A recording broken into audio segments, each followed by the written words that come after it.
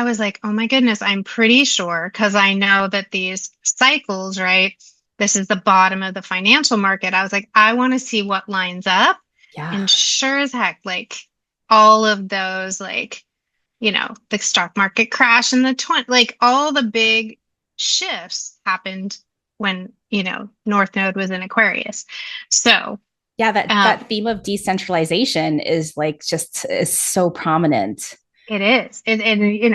But when you look at and we have to hit the bottom before we can start to rebuild. So we can't, everything is so just beautifully designed, in my opinion. Like, Yeah, it's for us. everything, it's built, as we know, like everything builds on the last. And I just read an article about this, like how the nodes move backwards, but that in and of itself is this beautiful gift, whereas like sun cycles build on each other going this way. So, you know, fire, earth, air, water. And now we're looking at the nodes. Like when I looked at them, air, earth, fire, water, if I Yeah. can do that in my mind. And just the brilliance of it. Like we need the different parts and pieces in order to be ready for the next thing. I'm Leslie Tagorda, a business astrologer and creator of the Astro Brand Method, blending more than 20 years of brand strategy with the precision of astrology to help entrepreneurs and underrepresented leaders make their mark. For the last year and a half, you've been rewarded for your visioning, for your transcendence, and for your spirituality. Well, that chapter is coming to a close. On July 26th, the lunar nodes shift signs, and the north node moves into Aquarius, the south node into Leo. And when the nodes change signs, the entire collective gets a new assignment. The last time this happened was 2007 to 2009. Social media exploded, Bitcoin was born, decentralized everything. So here's the question this nodal shift is asking every one of us, and especially every leader listening. How do you move from seeking applause to contributing to the collective? I brought my friend in, someone who lives in data and timing for exactly this kind of moment. She's a marketing and planning strategist, a certified business astrologer, and she's about to break down what this shift really means for your business, your leadership over the next almost 2 years. So let me tell you a little bit about her. Hi, Sheri. Hello, Leslie. So excited to be here with you today and have this conversation. Oh my gosh, me too. I have so many questions. And so before we get started, let me tell you a little bit about Sheri because she is somebody, especially if you love everything astrology and business, she's somebody you definitely need to have in your back pocket. Sheri Moise is a marketing and planning strategist and a certified business astrologer. She's the founder of Data Over Drama, a Substack newsletter that treats astrological cycles like this one we're in and timing as a decision support layer for business owners. After 25 years in corporate sales and marketing, she's built astro strategic data, intelligence that tells you what's coming, not just what's already happened. Hi, Sheri. Hello. Okay, with that build up, I hope I can deliver today as best I can. Oh, we're gonna deliver. We're gonna deliver. You know, I I love was it. I was talking to somebody yesterday, and I described myself as a third career astrologer. And this Mm. is this your third career or your second career? I'd probably call it, well, yeah, maybe third career, because once I left corporate, there was a window, a liminal space before I really planted my flag in the ground. I would say I was doing spiritual life coaching then, Yeah. finding my own way. So, yeah, we could call this number three. Yeah. Well, why I bring that up is because it's so important that we have these years of experience and expertise in which we're layering on this, like, the secret tool of astrology to take the guesswork out to make it so specific. And so when we're actually helping other leaders and change makers, we're not just pulling ideas out of our arse. Like we have like grounded wisdom.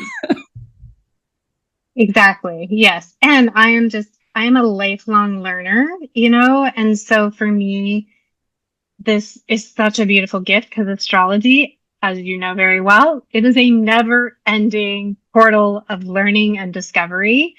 And having the opportunity to play the way I do with the data has been so nourishing for me. And I get so much joy out of it, in addition to sharing that info with my clients and the world at large as best I can.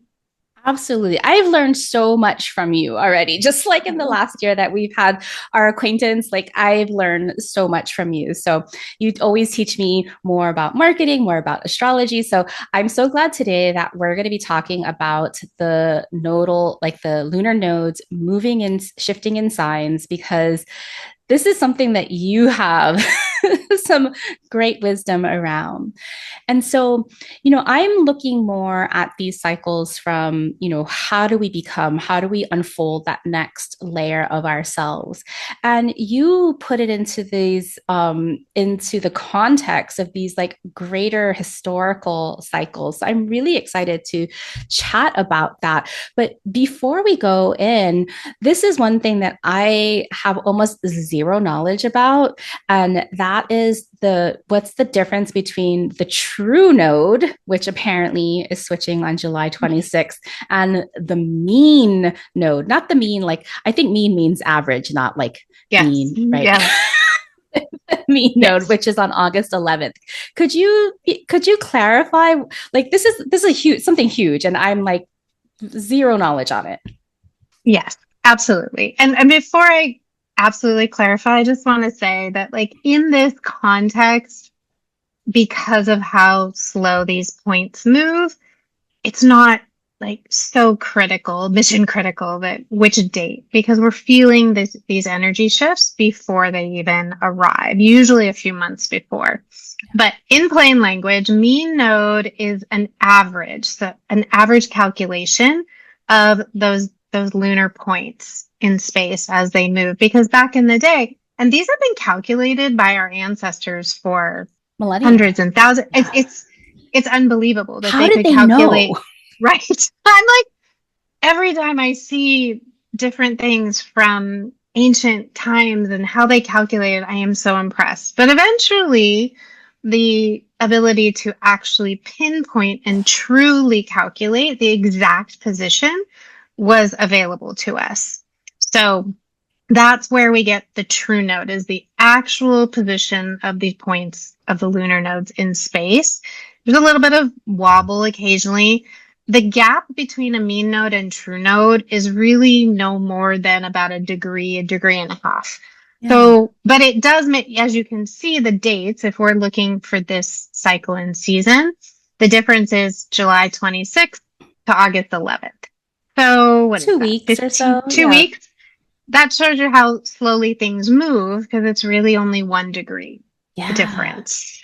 So I happen to, my mentor who taught me astrology uses mean node. I think it's in part because she too is such a lifelong learner and historical person that there's some like heart space piece of like just honoring the ancestral way of doing it.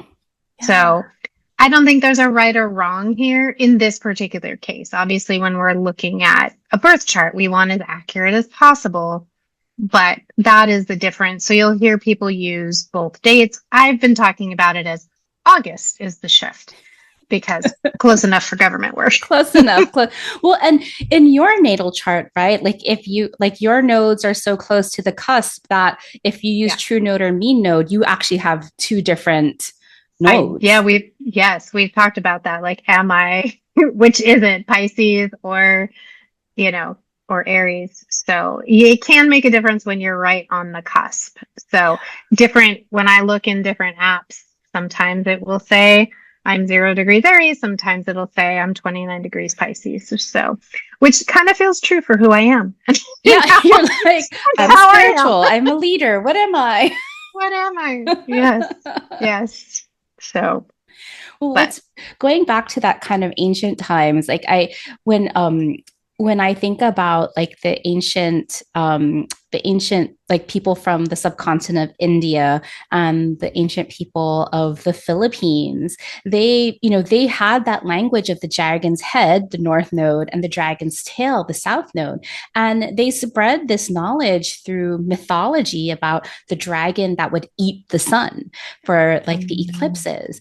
And this wasn't just like mythology, it was based on actual science. They were tracking, like they knew how to track the lunar nodes, which for if we didn't explain this already, the lunar node isn't a physical space in the sky. It's based on a calculation of the cross point of the sun's ecliptic against the moon's orbit. And so because the sun and the moon have slightly different degrees, they're not traveling in parallel.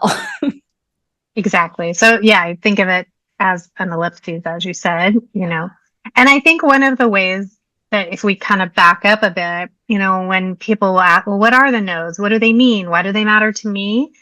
Um, so if the way I like to think about the nodes and explain them is imagine you have a cup. This is the south node is your full cup.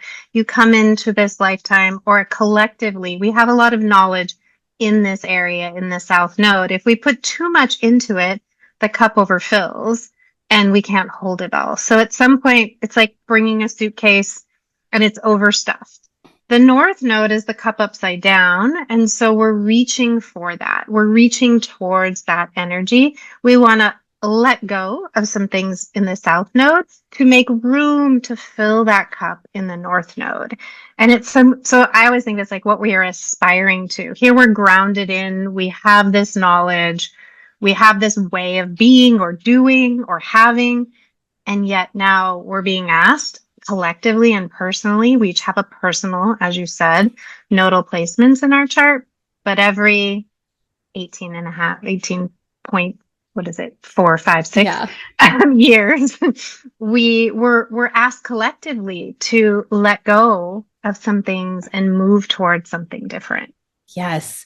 Oh my goodness. As somebody who has a very heavy south node, I mean, our south, like Don't we all, right? Our personal south nodes are like that kind of karmic energy of like our soul's past. You've done the thing over and over again. That's why your cup is so full. And that's why we're meant to stretch into that opposite sign.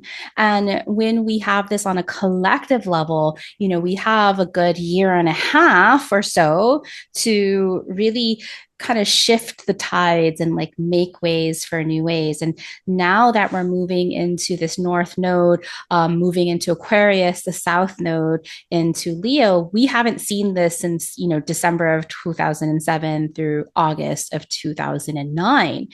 And I mean, gosh, 2007, I remember when the iPhone was invented, my life changed. I was no longer tethered to my office. I could do work from anywhere. Yes, yeah. Big shifts collectively. Aquarius energy, we're looking at groups, communities, like you said, decentralization, technology. How I talk about Aquarius as the I within the we. And definitely, technology forward astrology comes under the umbrella of Aquarius. So Yes. excited to see how that expands over this time period. But yeah, and if we think back to 07, 08, I think of it, and remember because I had a physical brick and mortar business back then, fortunate or unfortunately, a restaurant. And, that was a very rough economic period for us. And Aquarius tends to, as well, from a cyclical perspective, and I know we'll get into this, but it is the bottom of the financial market, so to speak. And we saw, all the craziness with bank loans defaulting and the government having to come in and pick things up and reshifting. And so I was saying to you earlier, like I literally one night was like, I just need to track this.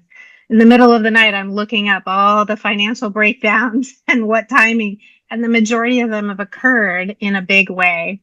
And not to scare anybody, but it's just a data point to look at, and it's something to just be aware of. And what do we need to grow into next? What isn't working for the collective?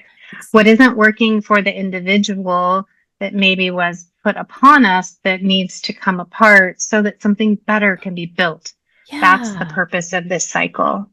Yeah. Before we do that deep dive into like the financial, like and the historical events of events of Aquarius North nodes.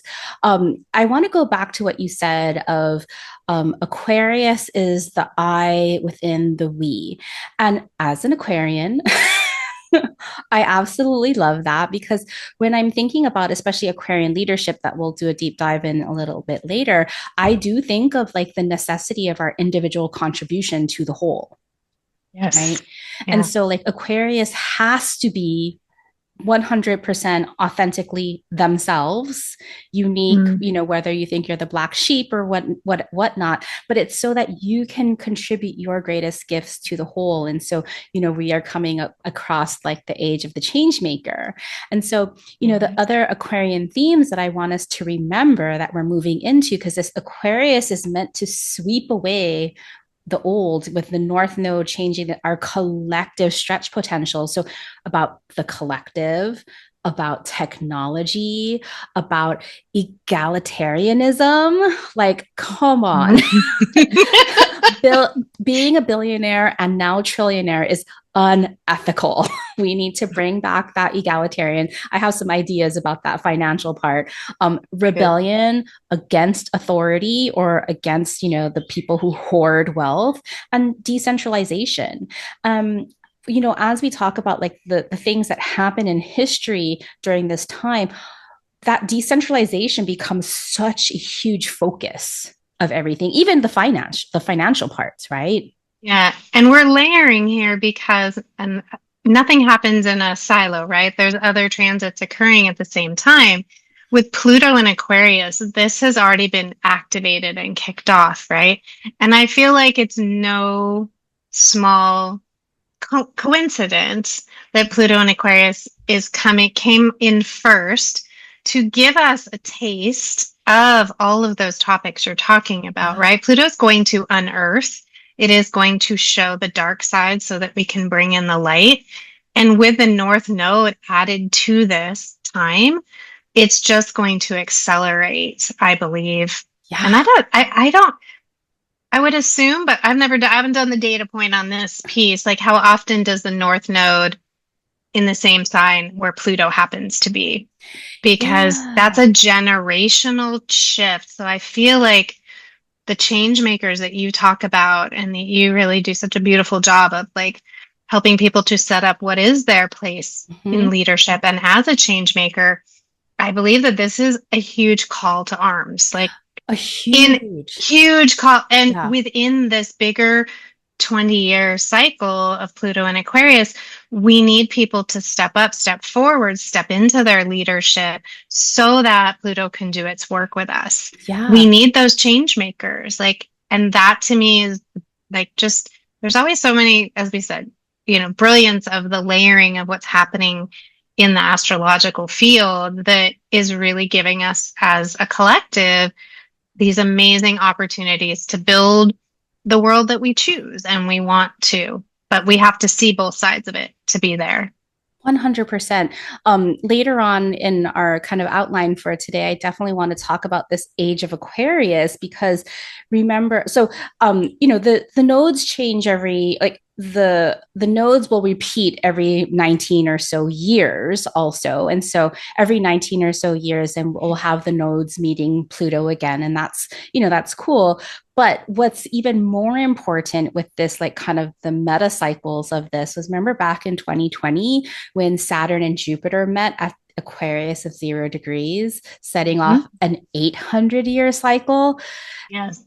And so we're sitting on like, it took 6 years for this acceleration. It's like this fuel that the North Node of Aquarius is sitting in, which is sitting in the Pluto and Aquarius, 20-year cycle, which is sitting in this 800-year 800 cycle. years cycle. I know it's crazy.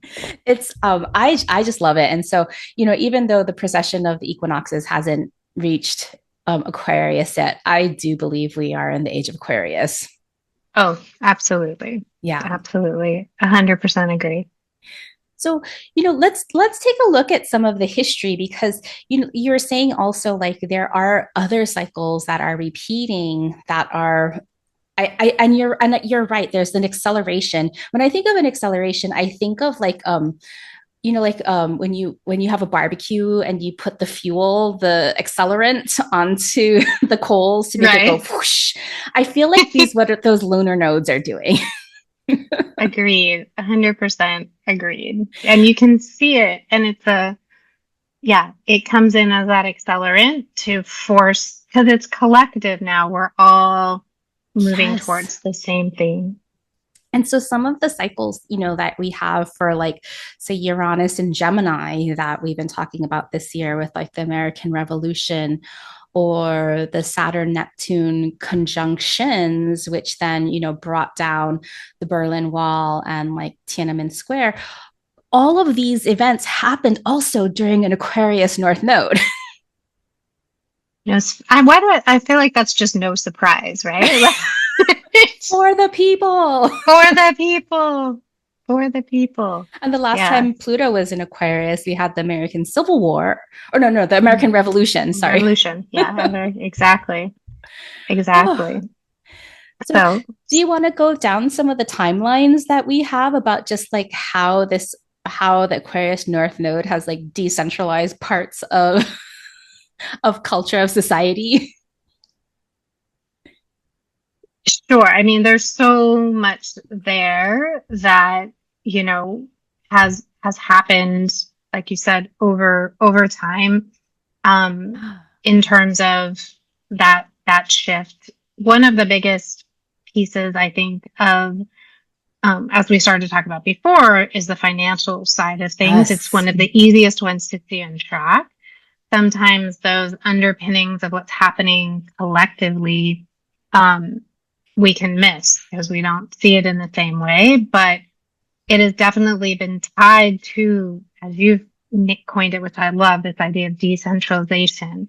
You know, the breakdown of traditional financial structures when something gets too much, too big, or out of control in terms Yeah.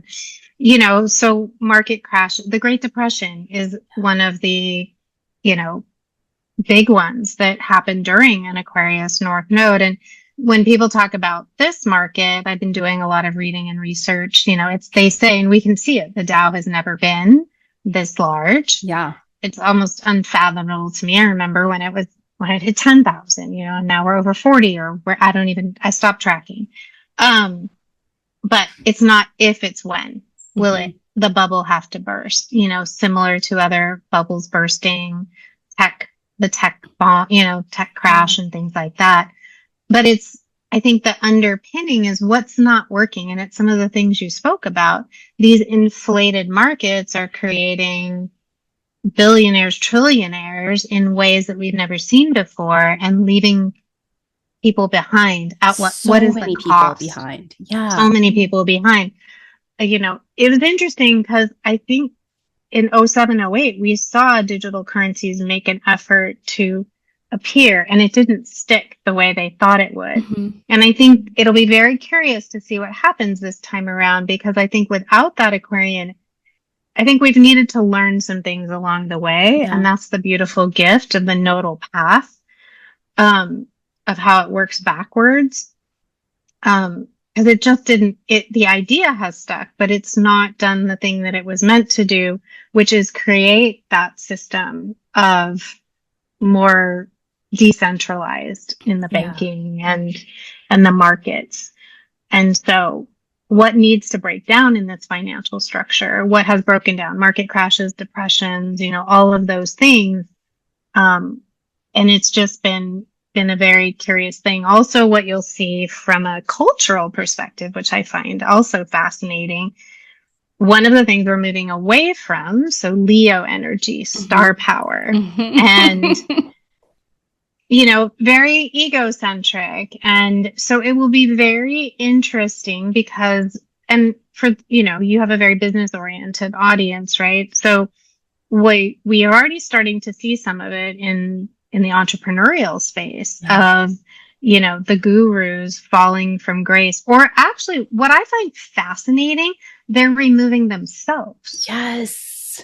They're removing themselves. They've decided that doesn't work for them anymore, which I love. Like, versus a fall from grace, I would rather people pull back and say, Yeah.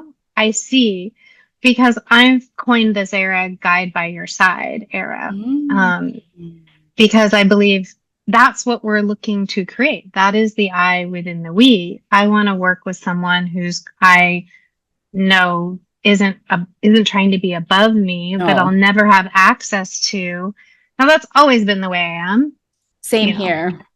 I mean, I have Aquarius is in my 10th house. It fits on my career line. There's no surprise that I'm doing astrology, but um, but so that's a fascinating piece. It will be fascinating. You've seen in the past cycle, in the Piscean era, Pisces rules the music industry, film, all that Mhm. creativity. And you saw them struggle, right? To find new footing, to find the way of being, to find a way to bring collective message that wasn't just star powered, Yeah. you know? And so it'll be interesting to see the shift because we're not going to go to a theater to just see some major Oh, movie star. celebrity. Yeah. Celebrity The culture is celebrity over. celebrity culture is over, the guru culture is over. And I think that's the gift that Pisces gave us because in the Pisces era in the 60s, that's when we saw cults. Mm. Um, we didn't see as much of that, but in a different way. Cultish. You have a Taylor Swift, energy, Oh, yeah. Swifties. People identified themselves, but it's a bit of a community. But will she be able to translate that Now that in she's this married. era?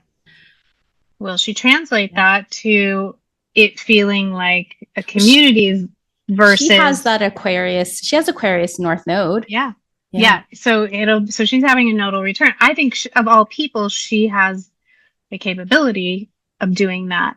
But, Yeah. you know, will others be able, we've already seen a lot of fall from grace. And so what comes next will be the curious piece.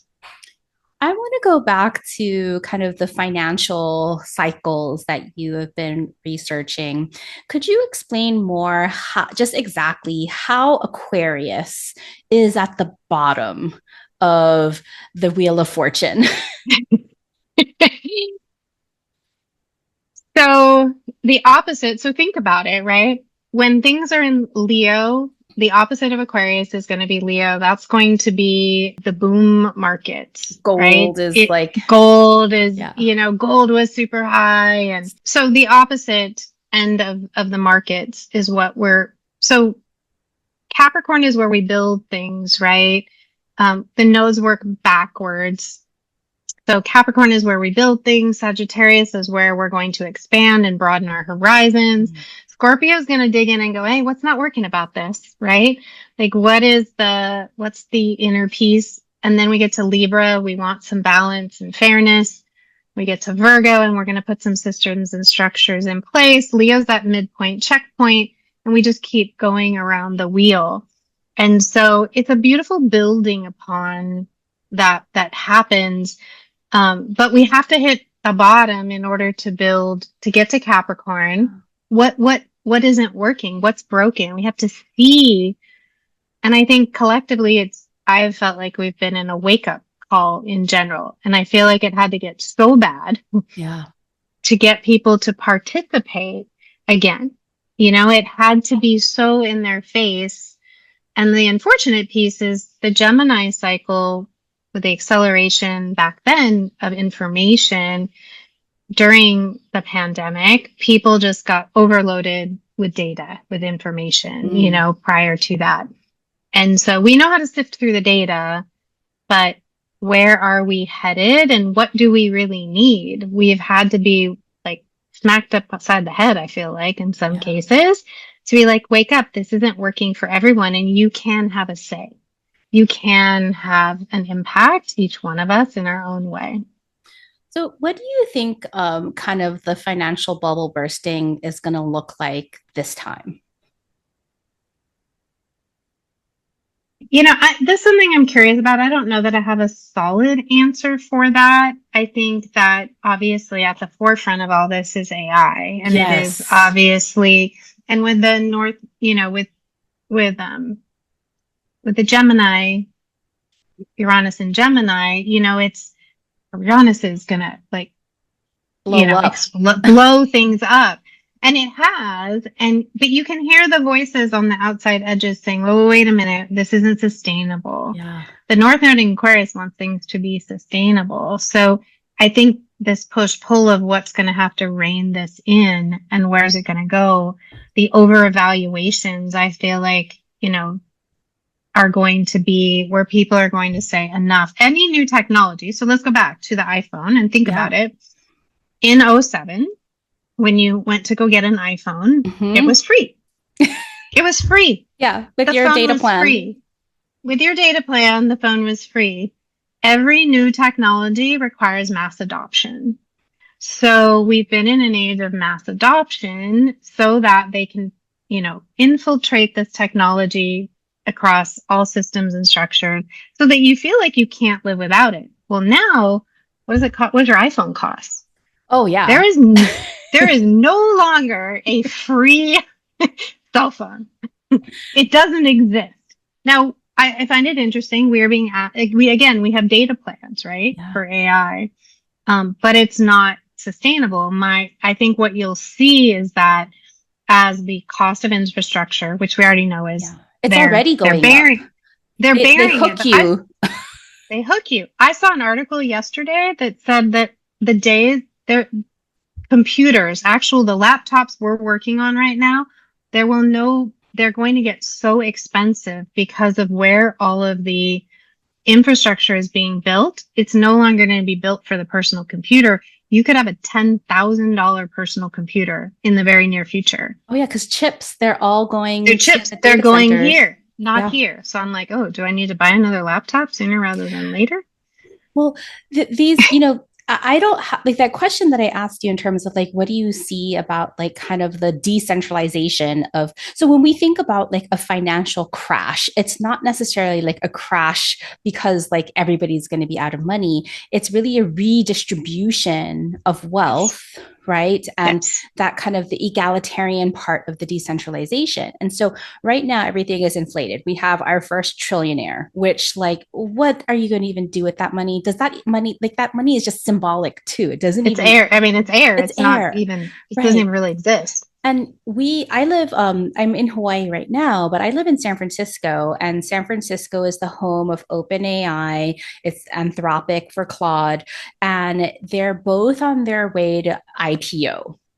Right. And because they're both on their way to IPO, real estate prices in San Francisco have been insane because everybody is like, I have to buy my house now before all of these tech bros are going to get their IPO money. And houses that would normally going for just like last year, $1 million are easily going for $2 and $3 million, which is, it's wild. Like when you think about a San Francisco house, we're talking about like a 1,200 square foot house. Right.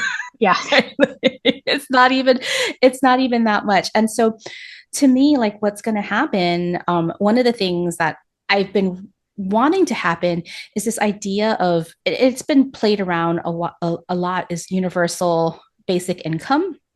Because the thing is, as if AI does what government wants it to do, what industry wants it to do, there's going to be so many people without jobs, without income.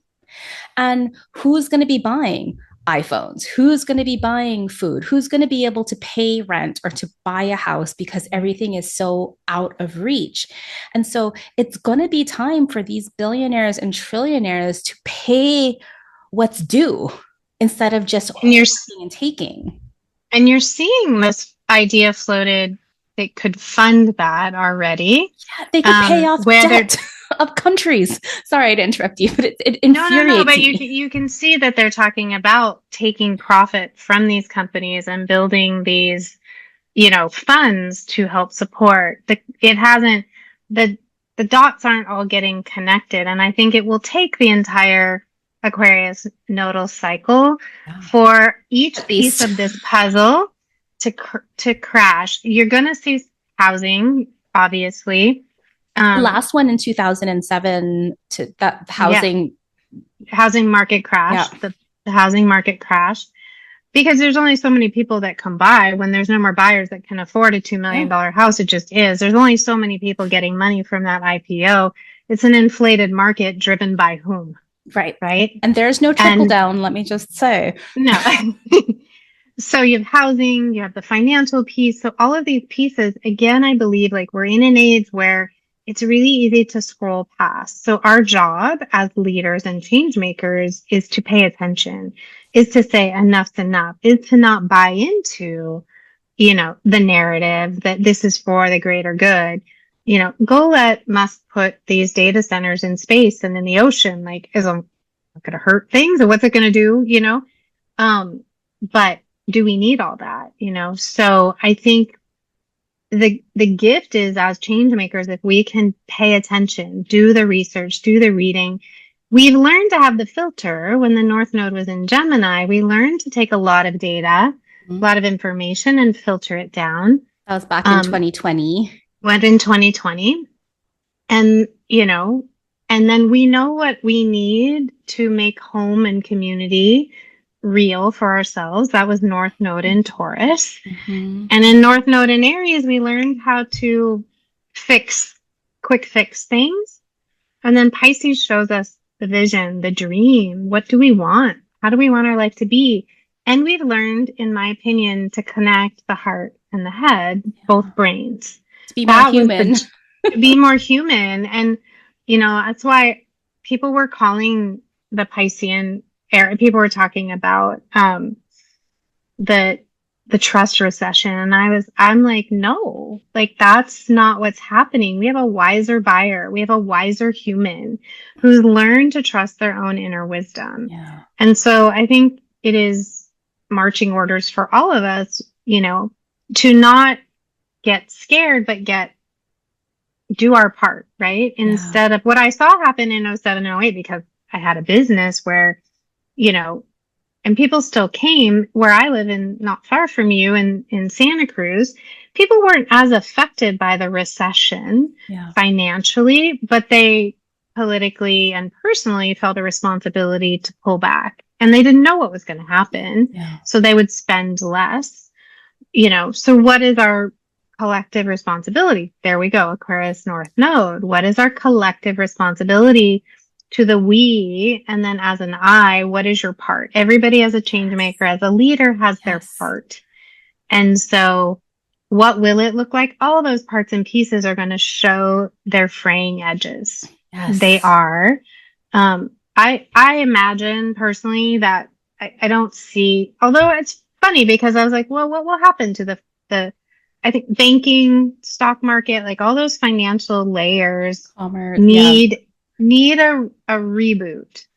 They need to be revisited, revised, refreshed.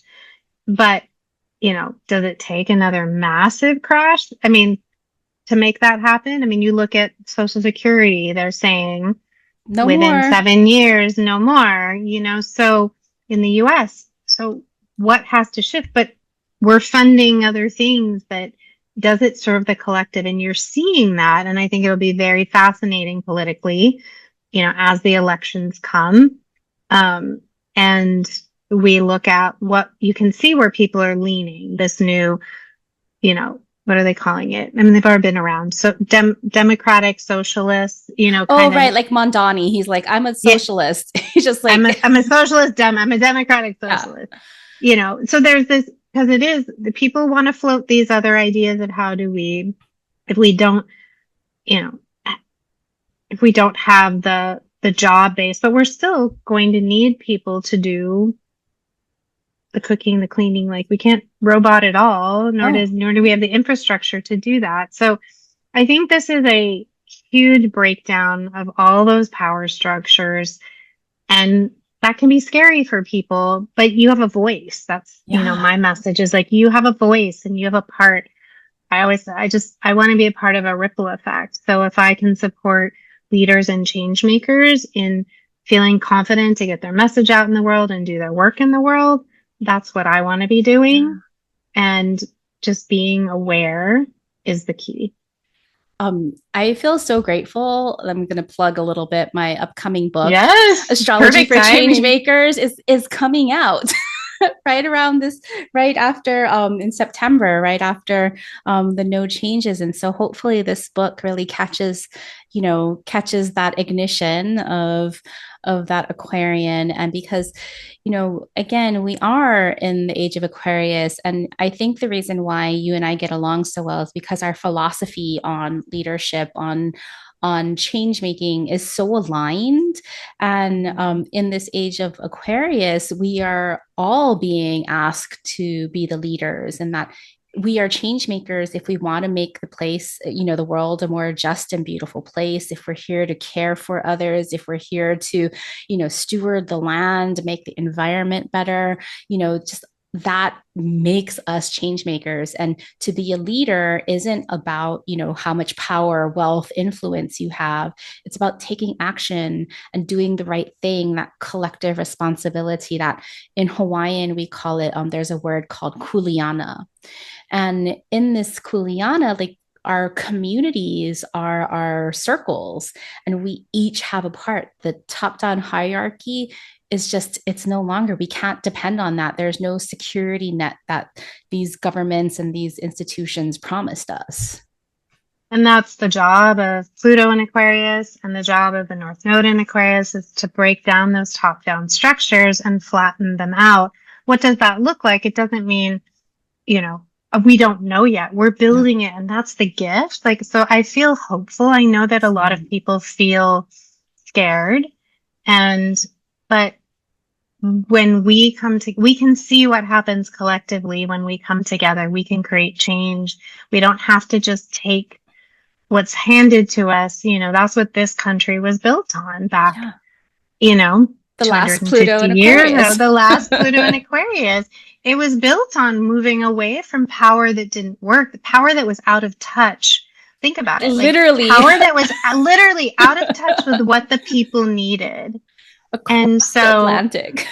I do believe that Hawaiian energy and other indigenous, other populations, like, I do see, like, and believe that we will become more community centric, that people will live in places and spaces with similar ideologies and beliefs, and more supporting, back in, when we grew up, it was come home when the street lights came on, or when the sun goes down, and all the neighbors watched out for you. And I feel for, you have a young son. I have 8-year-old granddaughter, and, there's so much fear. And my wish is that we can come back to a community centric way of living and being for our elders, for our children, so that, we can have more of that sense of, I think our generation, I've been seeing a lot of, we grew up, we shouldn't, all of us should be dead, right? Like, we grew up in a world where we didn't have a cell phone, where we bicycle were out helmets, seatbelts. Right, we didn't have helmets, we didn't have seatbelts, like, we had cribs that we could have,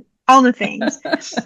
But we're resilient. We didn't get jobs by, writing an AI, resume. We had to research at the library, and we were, oh gosh, those days were so hard. Right now I'm like, oh my goodness, I can do this whole, like, research article in minutes, because I can go where it would have taken me hours. I loved my Encyclopedia Britannica, but I think this generation, I think it is our job to support and help steward. We're the last generation that didn't have technology, didn't have cell phones growing up.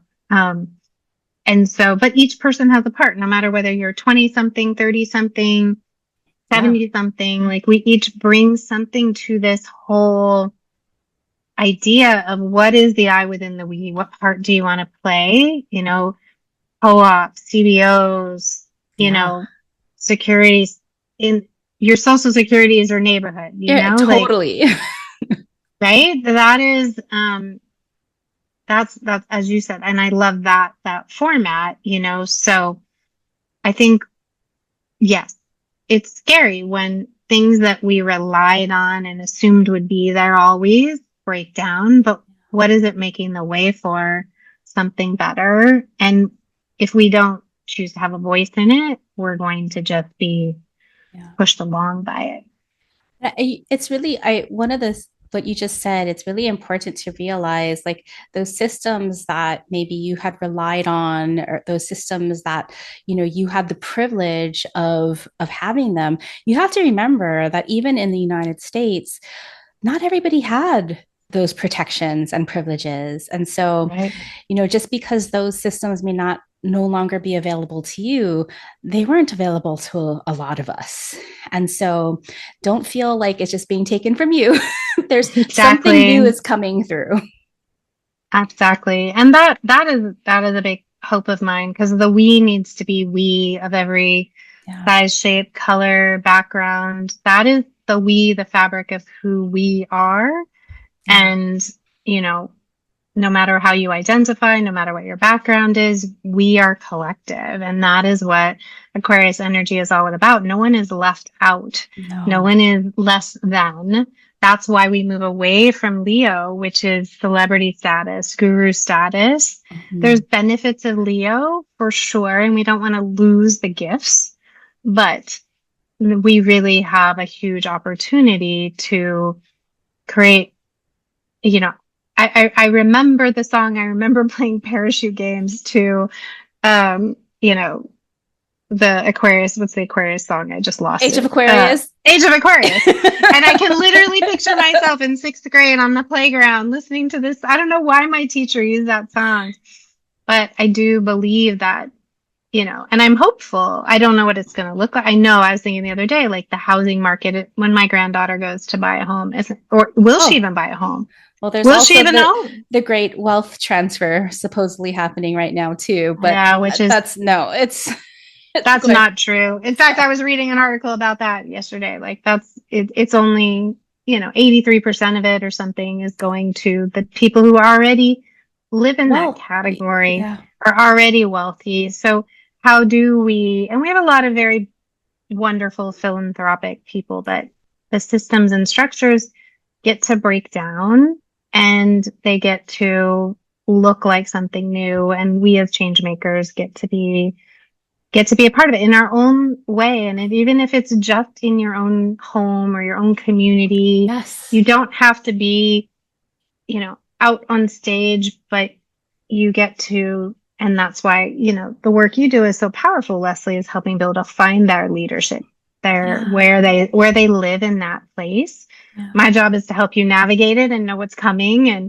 And if you're building a business around it, what does that look like in this age? How are we messaging? How are we talking to people? I look at the social media platforms. That's all going to shift and change. Oh, Uh, you it's know, already. and it's already right. What will Meta do Yeah, with Instagram, which is a Leo ruled very Leo. platform? I know That even that my social media strategy has changed. Like like especially with the book launch, I was like, oh, I have to find new followers and grow my visibility and da da da. Da. And I'm like, I don't want to do that anymore because I want to create the content that I want to create and I want to create the content that my users love. And so I'm just going to create content for them. And if other people want to come for the ride, great. But all of these like viral like hacks and all this stuff, I don't have time for that. and people see through that. That's Yeah. that's the gift. The building off of the Pisces North Node, right? We've learned to trust our intuition, our knowing, and we can see through the false Totally. narrative that are out there, And the which is a vibe is huge just gift. off. You're like, It ooh. is. You're like, I see it. Like I see it in copy, and I've trained like a lot of people in my world. They'll send me things. I'm like, oh my God, can you believe people are still writing like this? Can you believe people are still using calls to action like this? Like, yes, because people will get stuck in the old way because that's what they learned, and they're uncomfortable with change. You and I are early adopters, Yeah. as with our Aquarian energy, We're blazing we're the trail. typically ahead of the curve. One of my friends and mentors, she's like, if you want to know where things are headed, just follow Sheri. Like, Yeah. No, I feel like we're I'm always like finally catching up. we're like 5 to 20 years ahead of time.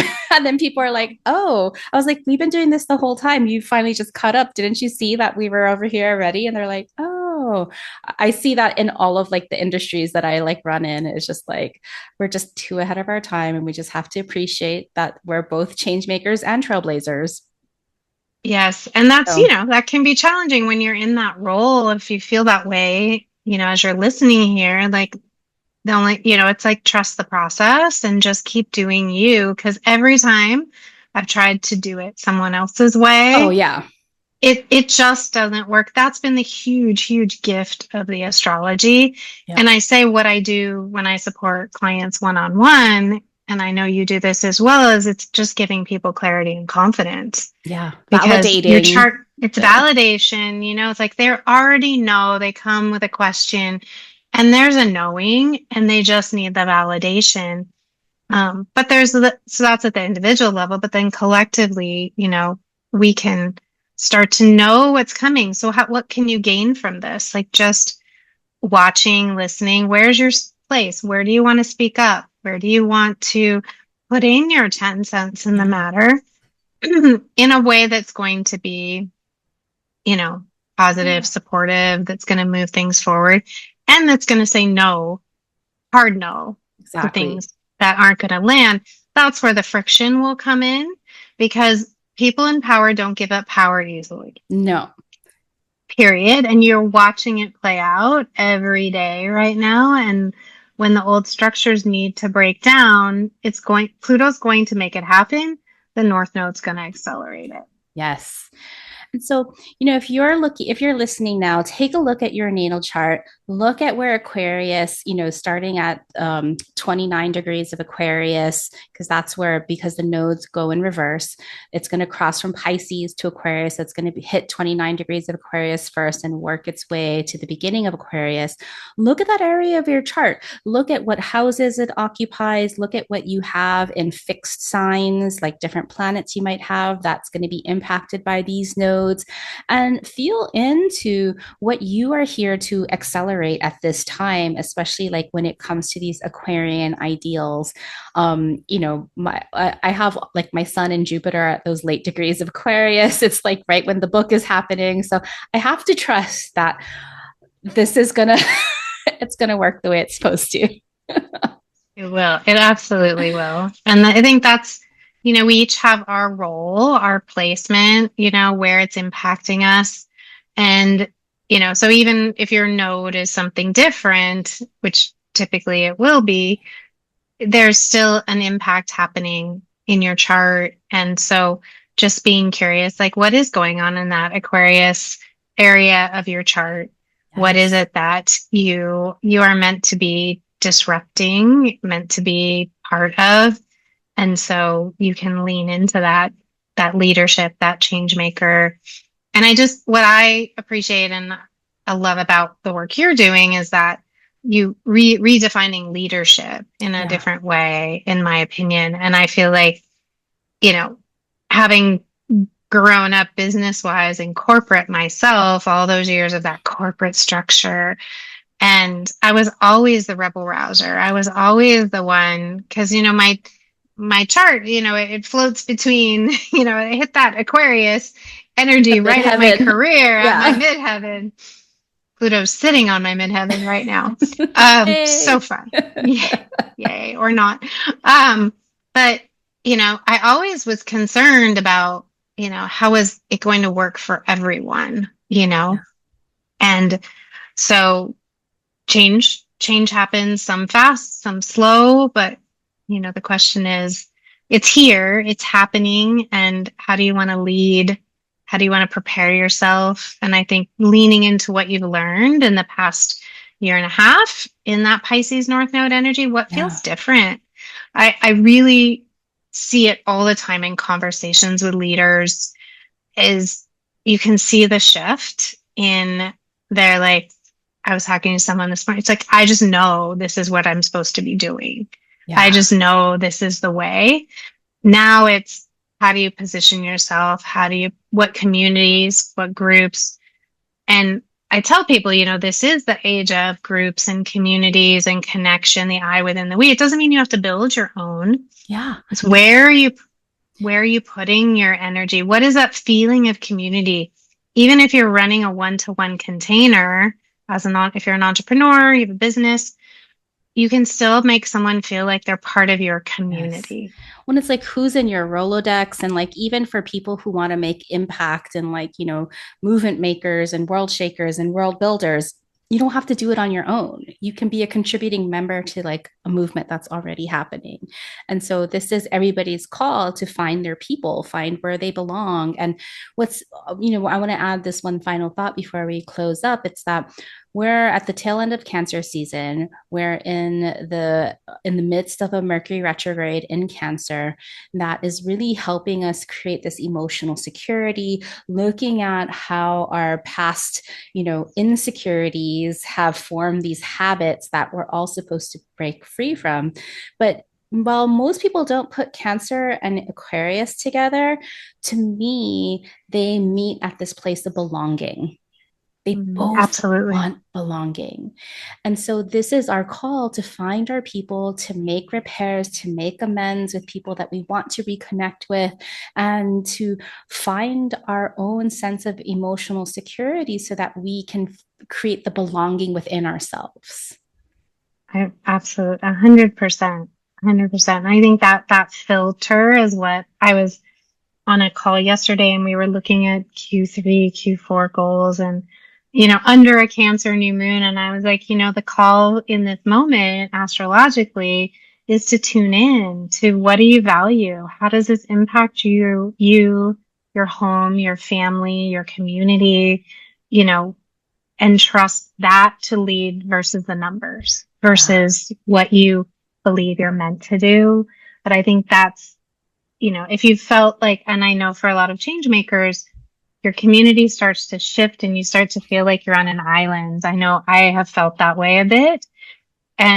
But I know it's making space so that I can step into that next iteration with my own clear inner guidance of who those people are and what those movements are and what I know what my mission is, but with whom and where Yeah. is always, I want to be open to possible. And that's what, like when I think about Aquarius energy, it's just that energy of possibility, Yeah. as an air energy, like that mental energy, but it's still fixed, right? It's still giving us some groundedness.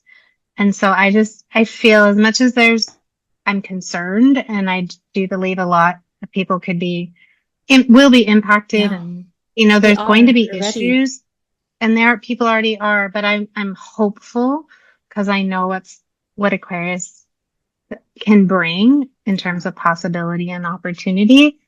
And with all that, and especially like we didn't even talk about this part, like the medical, you know, the Oh, the all of the fast moving opportunities for health and well-being so that we yeah. can participate in more with others. So I'm hopeful and eyes wide open, and I'll keep writing about it, talking about it, and guiding my people as I know you will. Well, thank you so much, Sheri, for joining me today. How can my listeners connect with you and find you? I think the best place to connect with me where I am a little mini community of sorts would be on Substack. So it's just Sheri Moise on Substack, but the publication is Data Over Drama. So that's where I share, relevant articles and posts of what's going on. And if you're an entrepreneur who wants like guidance through these cycles, then the paid tier will allow for that as well. Wonderful. I'll have all of those links in the description. So definitely follow Sheri. Sheri has just so much insight, especially when you're planning your launches and timing. She's your go-to person. So thank you for joining me and sharing your wisdom with the lunar nodes moving into Aquarius and Leo. I learned so much from you as usual, Sheri. Thank you for having me, and I'm so excited for everyone. I got a little preview of your book, and I'm excited for everyone, and I'm excited to read the whole thing, and looking forward to it being out in the world and supporting all these amazing humans that are our leaders and change makers in this new era. Wonderful. All right, everyone. We will see you in just a bit. Bye for now. So thank you again. If this episode, if this podcast has touched your heart, please share it with others. Please leave me a rating and review so we can reach the hearts of even more change makers like you.